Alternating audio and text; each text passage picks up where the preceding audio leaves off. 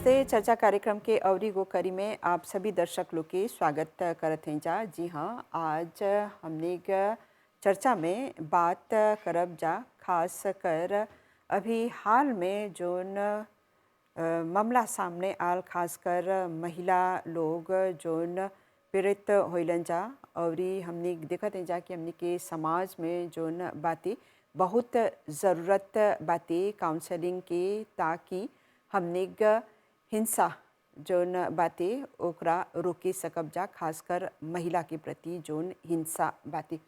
त आज ई प्रोग्राम में हमने बात करे खातिर जेंडर इक्वालिटी मंत्रालय के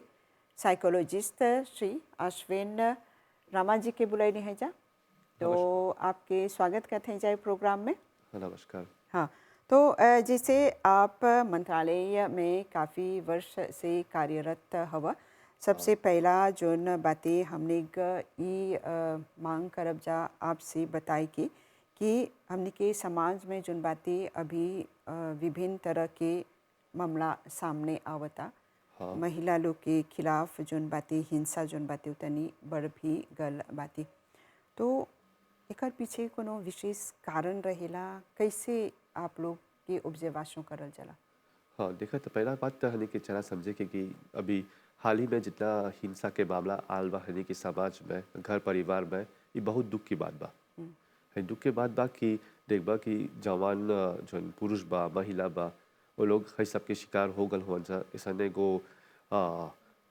मानिए में कि सबके हनी झिंझोड़ ले बा। तो हनी के मंत्रालय में हनी के डेजा हनी के विभिन्न विभाग में बा, हनी के ब्यूरो बा, फैमिली सपोर्ट सर्विसेज, जहाँ पर हनी हई सेवा दे राजा कि काउंसलिंग होएला, और फिर कोनो मुश्किल काम मामला में हनी यहाँ लीगल रिसोर्स पर्सन भी आवेला, जहाँ पर हनी वो लोग के एडवाइस दे राजा। तो हनी के जब हनी के ब्यूरो में एगो महिला या एगो पुरुष जो पीड़ित बा, जे कोनो ओकरा कोनो समस्या बा ओकर घर परिवार में, या कबो ओकरा कोई मरले बा, तो उ जब आवे ना हनी के ब्यूरो में, तो हनी पहला ओकरा सुनी ला जा, समझी ला जा कि कहाँ पर कुछ होता, कैसे होल बा जोन हिंसा हो गल बा। फिर जे देखी ला जा कि चाहे ला ओकरा एगो प्रोटेक्शन ऑर्डर दे के,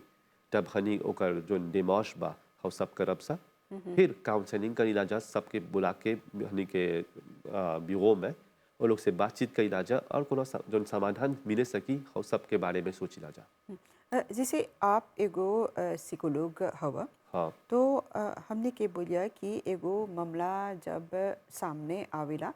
तो आप लोग के एगो महत्वपूर्ण कैसे बजा एगो जिम्मेदारी बन जाला। कौन तरह की जिम्मेदारी जोन बातें आपके परेला निभाई कि अगर एगो मामला सामने आल? देखा एगो मामला जब हनी के सामने आवेला, या तो वो हनी के ब्यूरो में आई, या तो हनी के पड़ेला जाई के तेरे में। जब तेरे बोला था तो घर परिवार में जो आदमी नहीं सकता आवे, या कोनो कारणवश हनी के बोलल वाल जाल बा कि जाए के हौजा पर, तो हनी जाके देखी ला जा कैसे कुछ हो गल बा।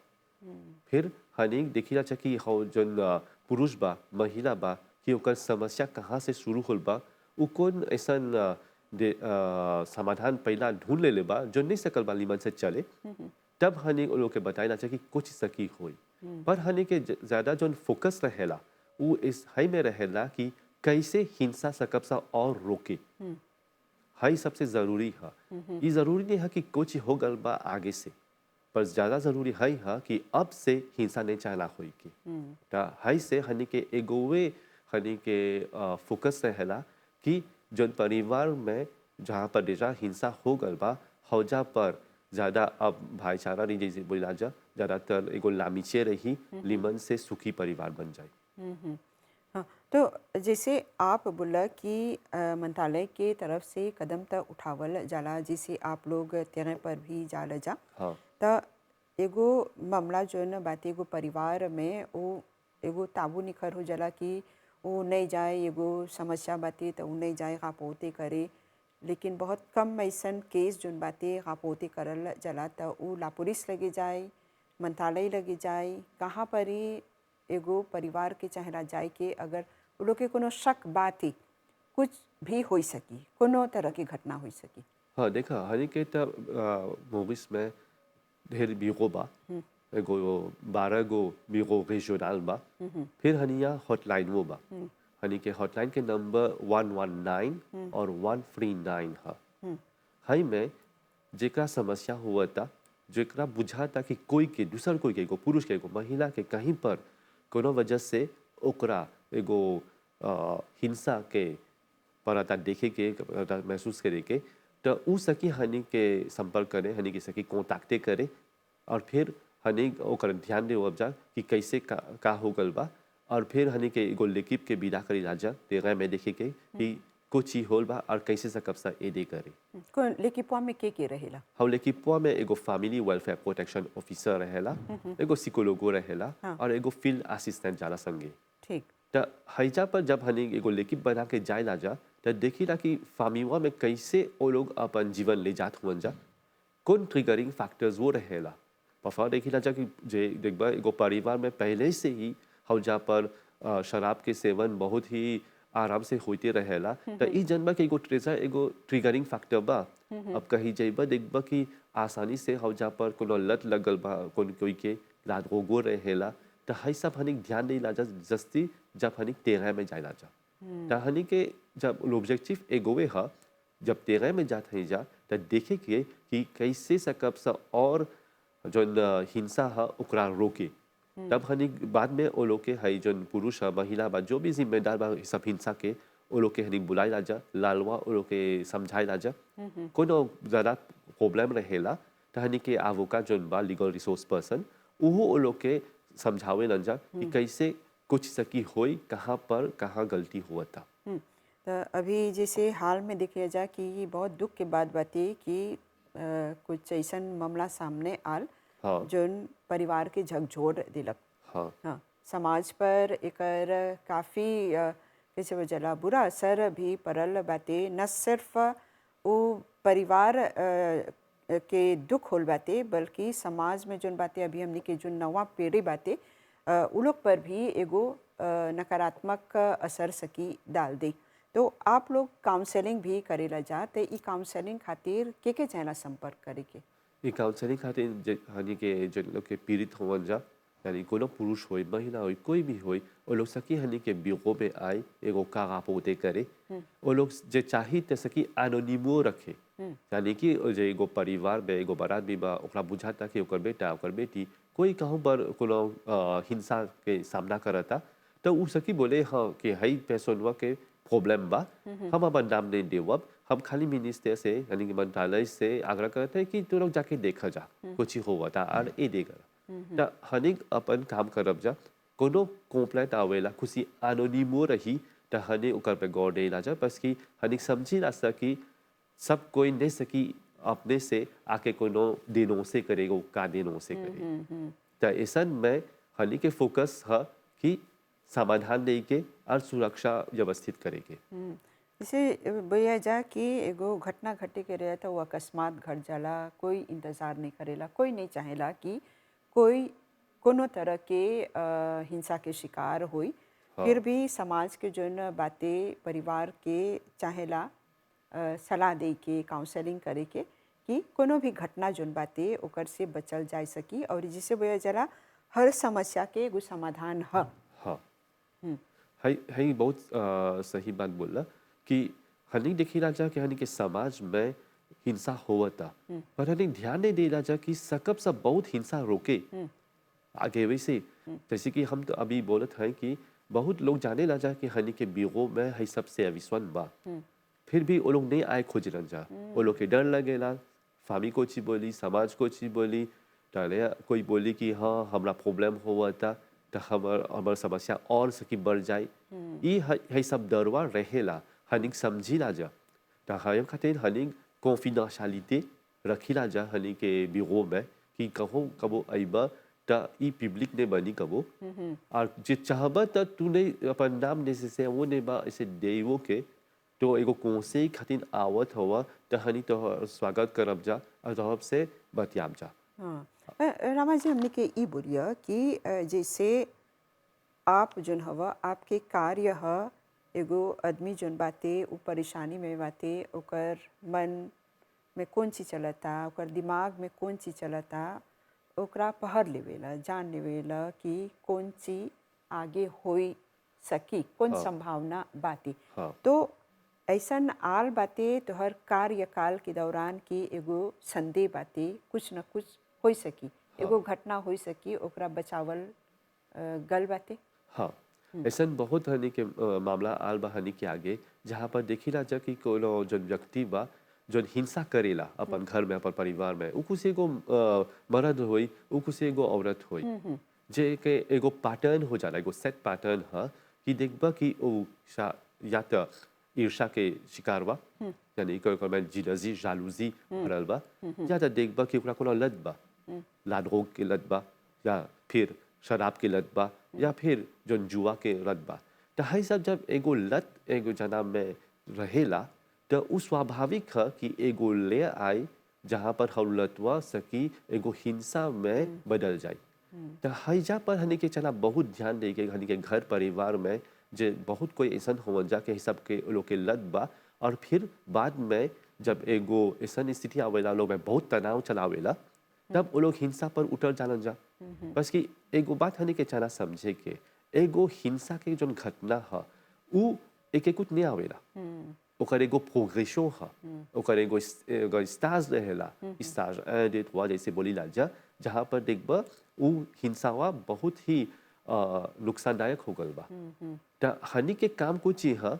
आदमी के समझाए के कि कैसे जन सिंह बतावेला जा हनी के समाज में जेकरा कोनो मर्द के उ कैसे हई सब हिंसा करेला, और तोहरा कौन रिस्पांसिबिलिटी बा। देखबा कि अभी एगो तोहरा उदाहरण देला, जे एगो पागो एगो माँ एगो बाप देखता कि ओकर एगो जौन लड़का बा ओकर में एगो लत बा, उ किसी कैसनो लत रही एडिक्शन। त ई स्वाभाविक है कि एगो लाज में आए जब हम लतवा एगो बहुत ही तनाव में बदल जाए, और जब जैसे हम तनाव चलाल हो आदमिया में कुछ एगो औरत में, त उ एगो हिंसावे में डेवलपे हुई। यानी हई ओकर चाहेला के शुरू प्रोग्रेशन में ह। रोक दी के। त ओकरा चाहेला पहला ध्यान दे के कि जे कोई लत के एगो शिकार बा, त हौ पागवा के चाहेला अपन लड़का के समझाई के, या फिर कोनो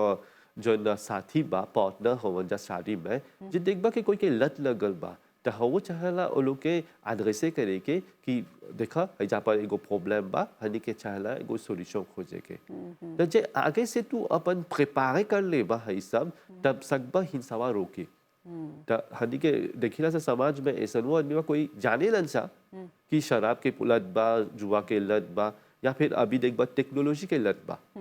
त हौ सब खातिर हनी जाई ला जा, फिर बाद में बिना सख्ती रोके ना तब बहुत देर हो जाला। देर हो जाला। कैसे बोला जाला कि हिंसा हर समस्या के हल नहीं है। हाँ चाहेला हमने के दिमाग से भी काम करे के, सोचे के, नहीं तो एकर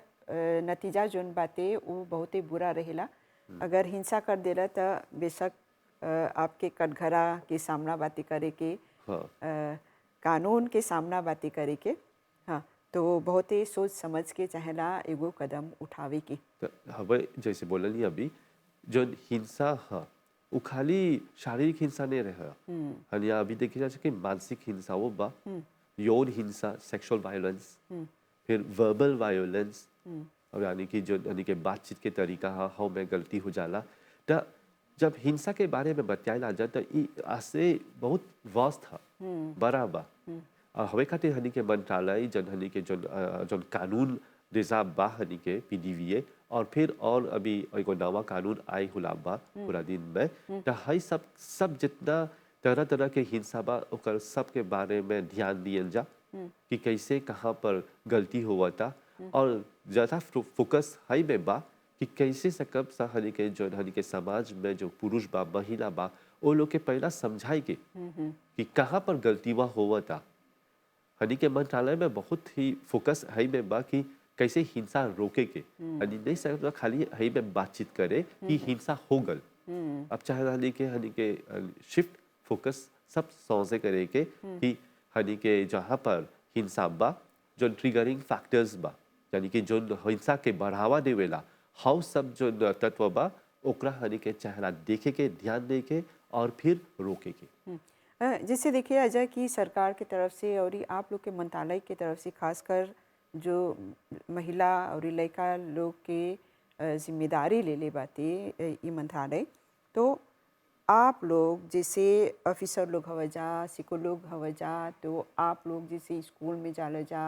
हाँ हर जगह जाल जा, कार्य क्षेत्र में भी जाल जा, हाँ जहाँ पर आप लोग के परेला काउंसलिंग करे के हाँ त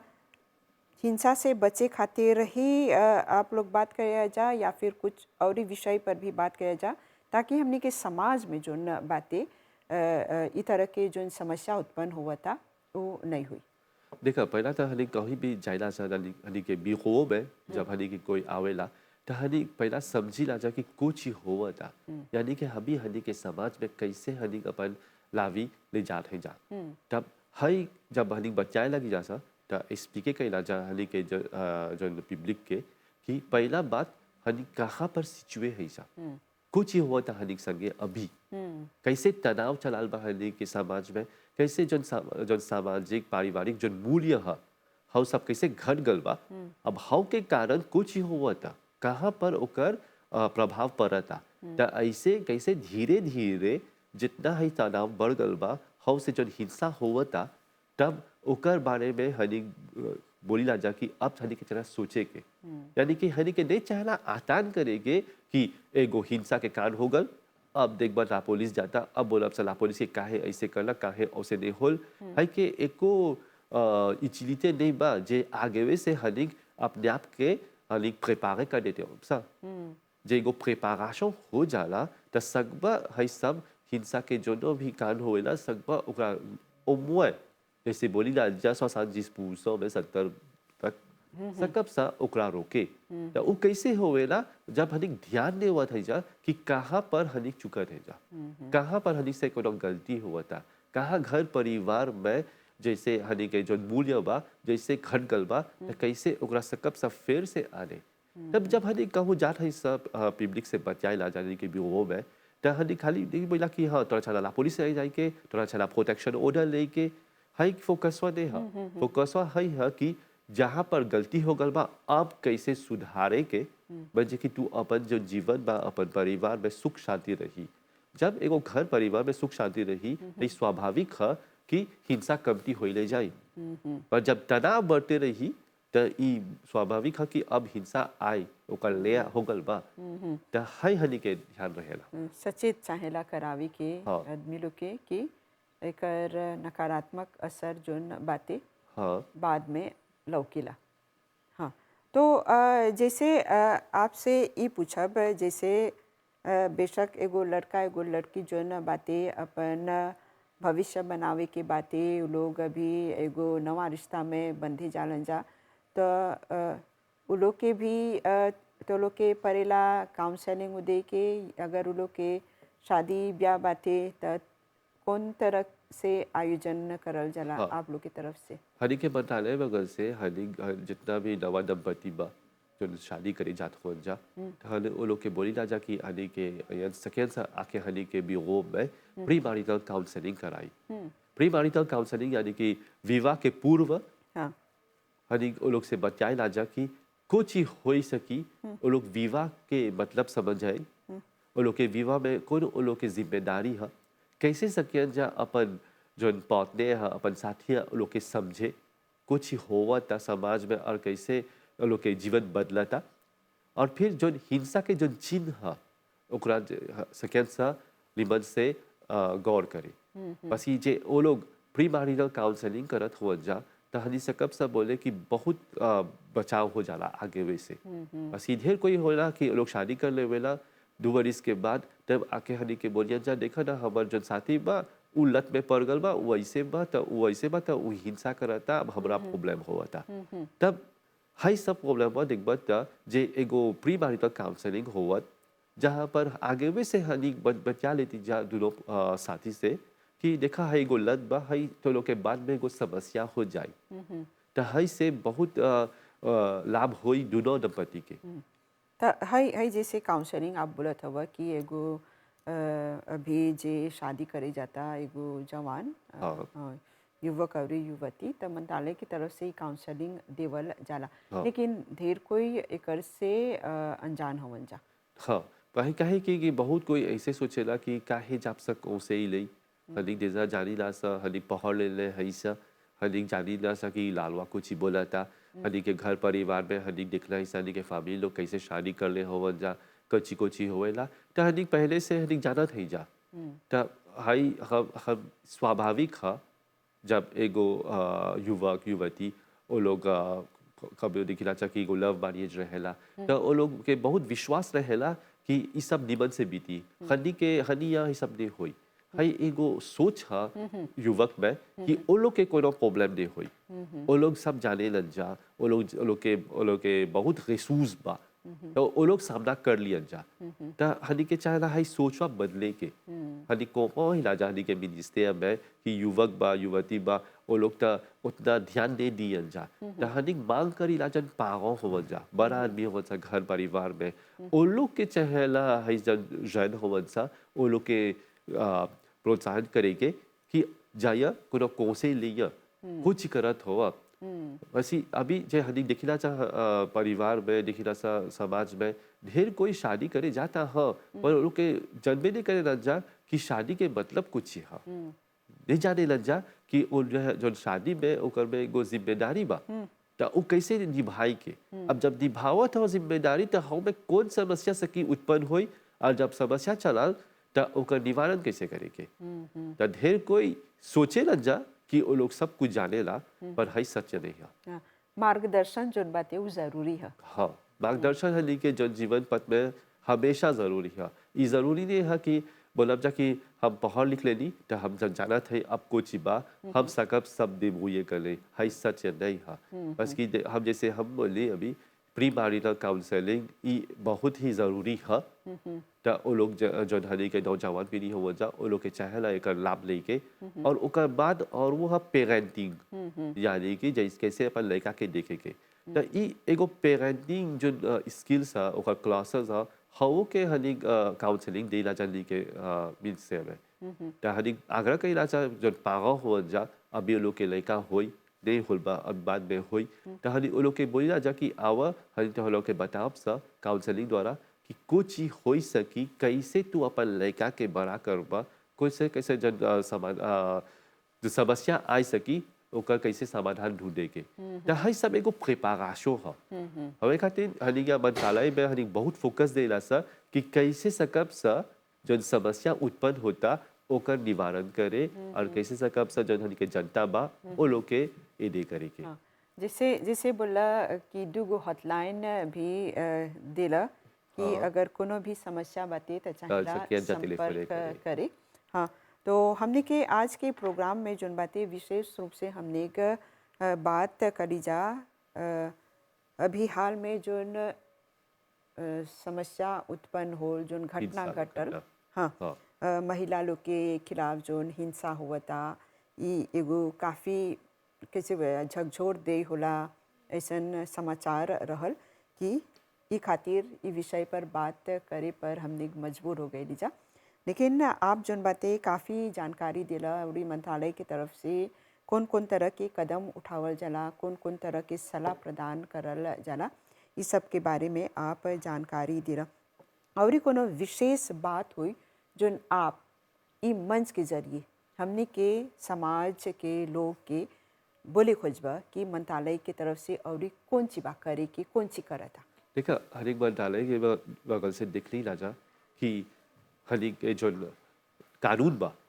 ओकरा फोर्से करे के जरूरी हो गल बा काहे कि पहले हिंसा होवत हल हा हिंसा हो गल तो जो पुलिस के कार्रवाई बा उ तो होवेला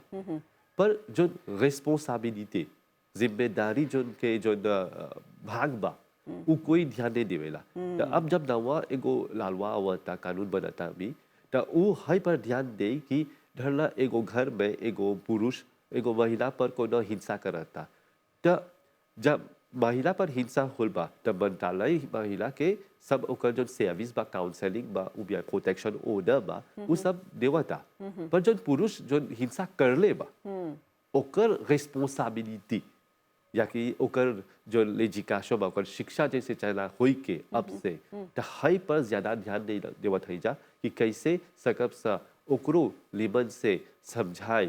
कि कहाँ पर ओकर से गलती हो गल बा और ओकरा कुछ चाहेला करे के अब से। बस कि देखबा त अभी ढेर का ऐसन होवेला हिंसा हो जाता तब परिवार में देखबा दंपति अलग हो जालन जा